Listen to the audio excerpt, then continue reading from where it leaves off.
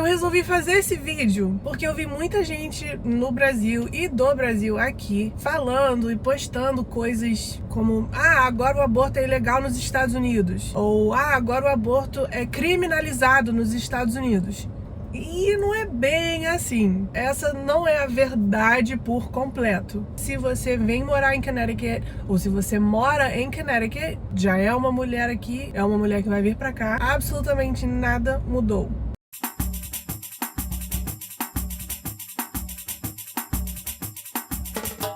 Hi everybody, what's going on? Eu sou a Brasicana Julie e trago tudo sobre a vida aqui nos Estados Unidos. Compartilho a minha vida pessoal aqui em Danbury, no estado de Connecticut, com vocês. Tudo pela perspectiva da Brasicana que sou.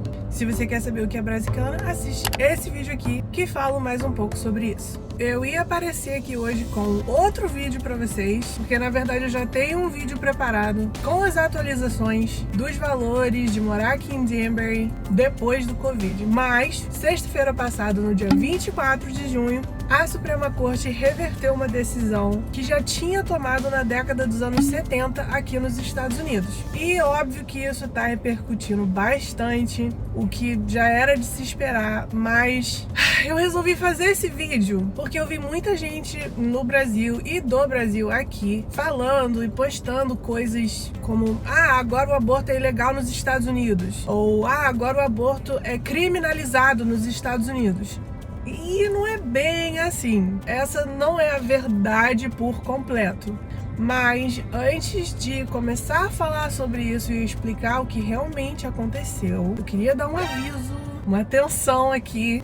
Eu hesitei em fazer esse vídeo, eu pensei duas vezes antes de falar, não, vou realmente falar sobre isso e explicar o que está acontecendo, porque é um assunto onde as pessoas têm muita intensidade quando começam a falar sobre e começam a discutir, dar opiniões morais, questões criminais, questões religiosas. E eu não estou aqui para fazer isso, gostaria que esse vídeo não se tornasse isso. Eu quero apenas apresentar os fatos do que aconteceu, falar como está o cenário aqui nos Estados Unidos agora, realmente falar o que está acontecendo e os fatos. Existem outros lugares e outras plataformas onde coloco as minhas opiniões sobre isso e convido a ter uma conversa, um diálogo sobre, mas aqui vai ser só os fatos. E também peço do fundo do meu coração que, se você for deixar um comentário nesse vídeo, que seja uma pergunta sobre os fatos ou esse cenário e não um ataque, um deboche, uma defesa, um julgamento, uma discussão. De novo, existem outras plataformas para você fazer isso. Aqui eu vou tentar e quero ter um lugar, um ambiente onde a gente só tá falando sobre os fatos. Começando pelo fato de que, se você vem morar em Connecticut, ou se você mora em Connecticut, já é uma mulher aqui, é uma mulher que vai vir pra cá. Não só Connecticut, mas qualquer estado aqui no norte, absolutamente nada mudou. As mulheres aqui ainda continuam tendo a liberdade de escolha, o aborto continua sendo legal de lei nesses estados. Inclusive, em algum desses estados, tem alguns onde vão colocar essa proteção e acesso ao aborto na Constituição do estado, ou seja, vai se tornar uma lei definitiva nesses estados. Mas antes de começar a explicar a diferença dos estados e dar esses detalhes, porque tá tudo de cabeça para baixo, vamos entender como chegamos aqui e o porquê que esse cenário tá bem confuso.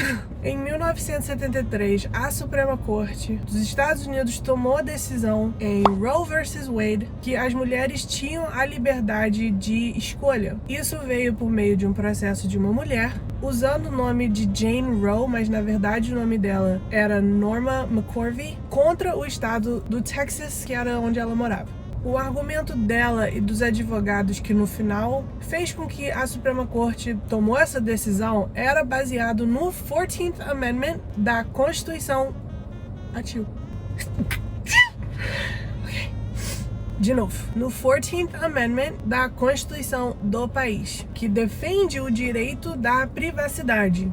Ou seja, com essa decisão, a corte decidiu que as mulheres têm sim o direito de querer ou ter um aborto, já que isso é algo particular, conversado na privacidade de um consultório médico. Tá aí uma visão light, bem resumida, bem simples e superficial do que aconteceu em 1973. E desde então, a liberdade de escolha das mulheres era legal no país inteiro, porque a base dessa decisão estava na Constituição do país. Porém, os Estados Unidos, já implícito no nome, é um país que é feito por estados com suas leis, seus direitos e também constituições estaduais unidos debaixo de uma só constituição e lei federal. Tem um equilíbrio aí que é bem delicado. Por exemplo, a pena de morte é legal de lei no país, porém não é permitido e até contra a lei de alguns estados.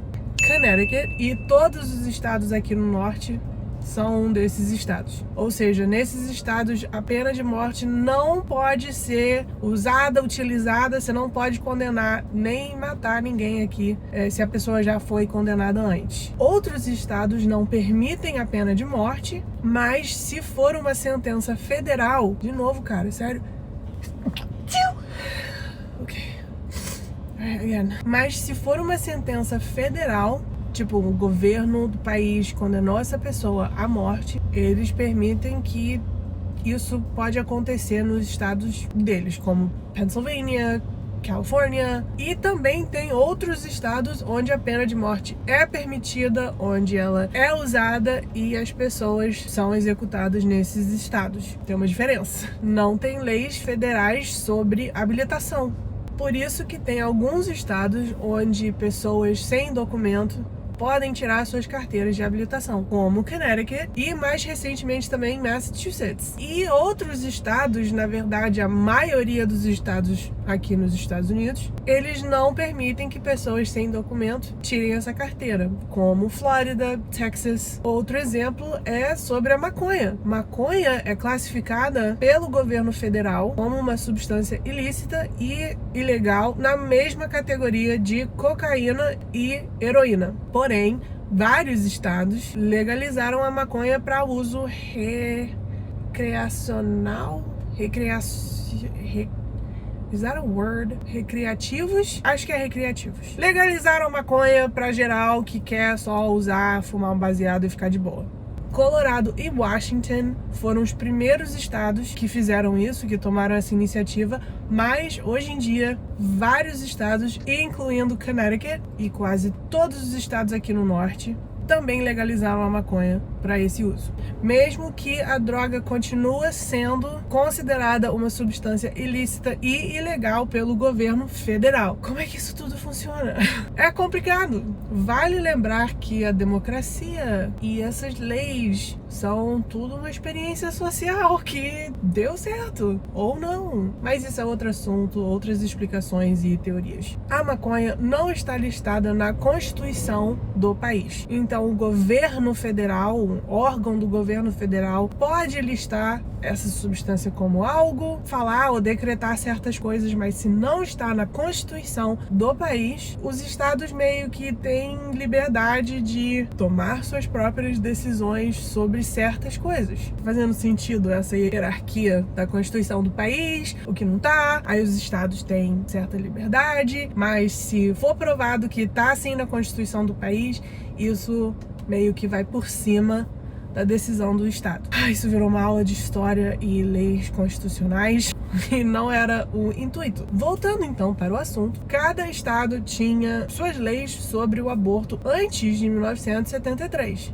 O Havaí, Nova York, Alasca e Washington foram os primeiros estados a legalizarem o aborto em 1970, antes dessa decisão da Suprema Corte. Observação que Connecticut nunca legalizou antes, mas um processo que ajudou a começar esse movimento pró-legalização veio daqui de Connecticut.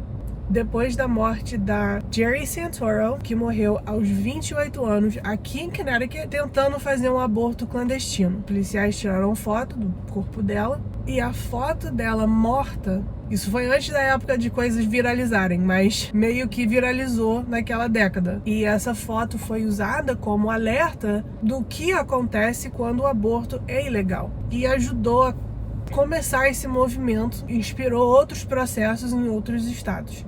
E eu não vou mostrar a foto dela aqui. Se você quiser, pesquisa lá o nome dela, eu já dei por si mesmo. Mas com a decisão em 1973, falando que isso, o direito da privacidade, é protegido pela Constituição do país, todos os estados tinham que seguir a Constituição do país. Por isso que esse poder de escolha, de legalizar ou não, dependendo em que estado que você tá, saiu dos estados, porque tem uma decisão federal acima disso tudo. Antes de pularmos para o dia de hoje, vale ressaltar que a história dos Estados Unidos realmente é disso, é dos estados. E várias vezes essas diferenças entre os estados e das regiões causou muito conflito, inclusive guerras ou uma guerra aqui no país. A Guerra Civil foi da rebelião do Sul contra os estados do Norte por causa da escravidão, que era permitido no Sul e não era permitido no Norte, até que veio uma lei que cobria todos os estados. Depois vieram várias diferenças culturais durante a época da segregação, e incluindo leis, onde era muito comum linchamentos em vários estados no sul e não era tão comum aqui no norte, tanto que Connecticut é um de 6 estados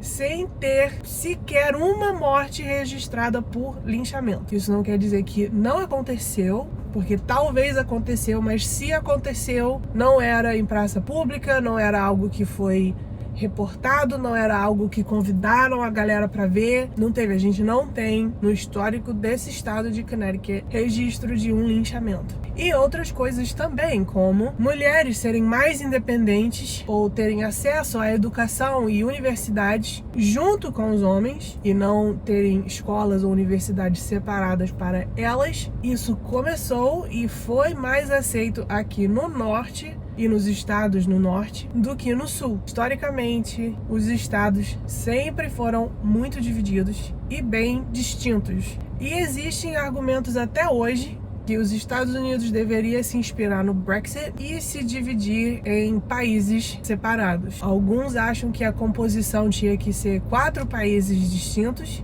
Outros dividem os Estados Unidos em até 11 países distintos. Por enquanto, não é isso. Não sei se vai chegar nisso, mas a realidade é que essas diferenças sempre existiam aqui. Mas era algo que a gente lia sobre em livros de história, a gente sabia que existia, mas depois dos anos 70, quando não só a lei legalizando o aborto foi passado, mas outras leis federais também que protegiam minorias como pretos, mulheres e outros grupos de discriminação. O país inteiro meio que ficou debaixo de um só uniforme, mais ou menos.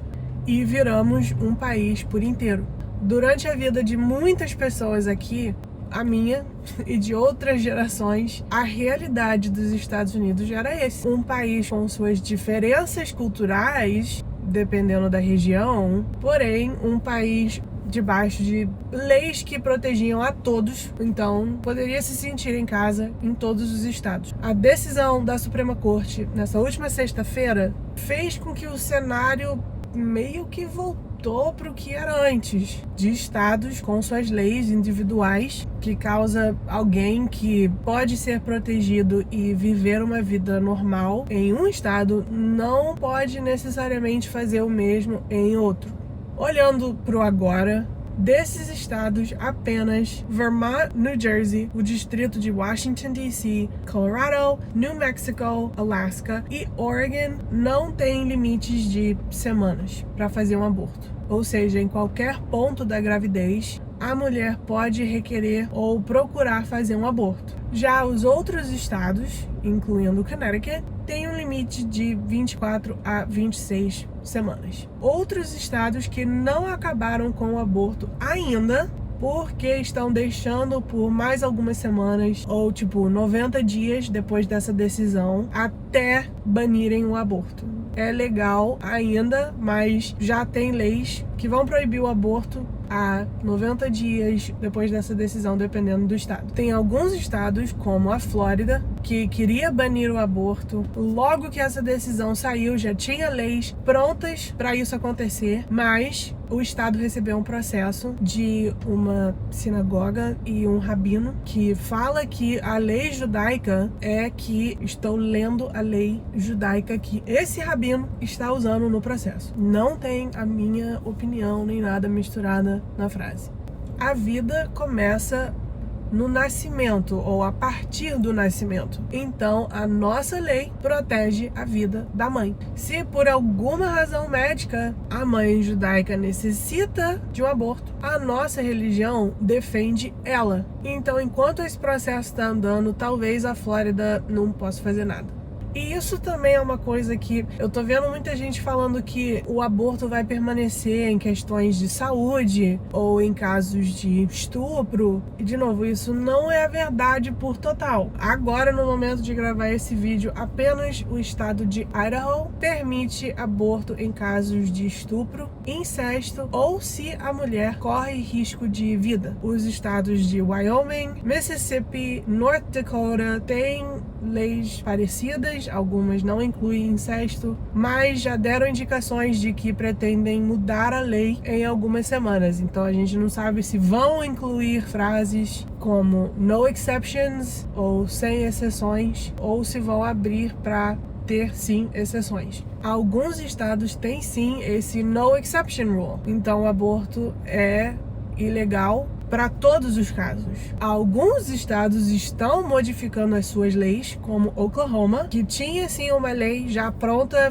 entrou em efeito assim que a Suprema Corte assinou e reverteu a decisão, que era de no exceptions, então não tinha exceção, mas estão mudando a lei para incluir a legalidade do aborto em casos de estupro, estupros que são denunciados à polícia e para proteger a vida da mulher. Então, muita coisa está e vai mudar. Acho que de início, alguns desses estados queriam fazer uma lei bem rígida mesmo, mas depois de ouvirem que realmente existe casos em que é necessário para realmente salvar a vida da mãe, ou em casos onde a mulher sofre um estupro por alguém que mora com ela dentro de casa, da família. Essas situações, alguns estados estão mudando aquela lei rígida para incluir essas situações. Mas não são todos que estão demonstrando um desejo ou um querer de modificar suas leis. Vale lembrar que até esse momento, as leis que estão sendo passadas vão realmente criminalizar o aborto. Mas nada impede de uma pessoa que mora em um desses estados viajar até um estado onde o aborto é legalizado e fazer o procedimento lá. Na verdade, várias coisas impedem, como situação financeira,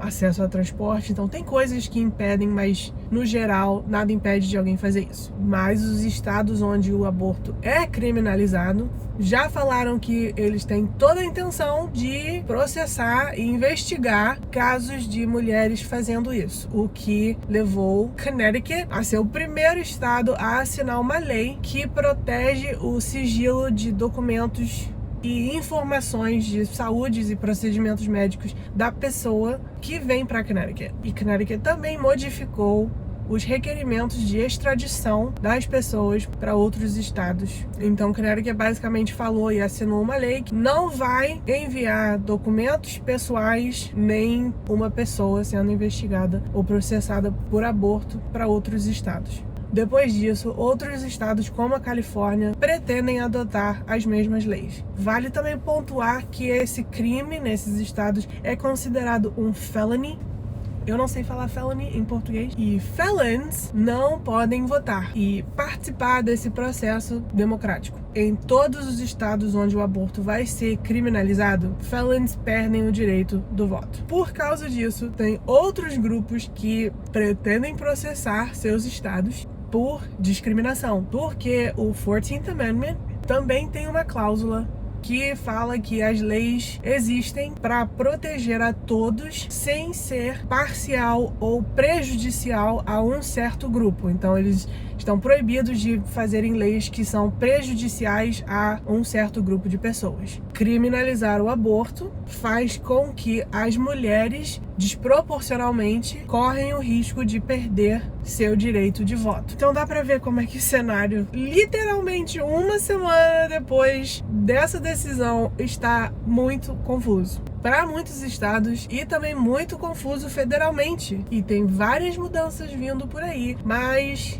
o fato é que, pelo menos em Connecticut e nos estados aqui no norte, nada mudou. Agora, se vocês me permitem, eu queria pontuar uma coisa da Suprema Corte, sem entrar em conflitos e discussões morais. É só algo que eu entendo como realmente um ponto de conflito ou contradição da Suprema Corte com si mesmo. A Suprema Corte não proibiu abortos, simplesmente fez com que essa decisão de proibir ou não, essa escolha, esse poder de escolha, né, volta para os estados. Consigo entender. Nessa mesma semana, então semana passada, a Suprema Corte teve uma decisão sobre um processo no estado de Nova York, que depois do... eu nem sei como é que chama esses acontecimentos. Anuncia atentado. Então, tipo, atentado ao supermercado em Buffalo, onde um homem branco de 18 anos entrou no ambiente, começou a atirar e mirar em pessoas pretas, o que resultou na morte de 10 pessoas desse supermercado. Depois disso, desse acontecimento,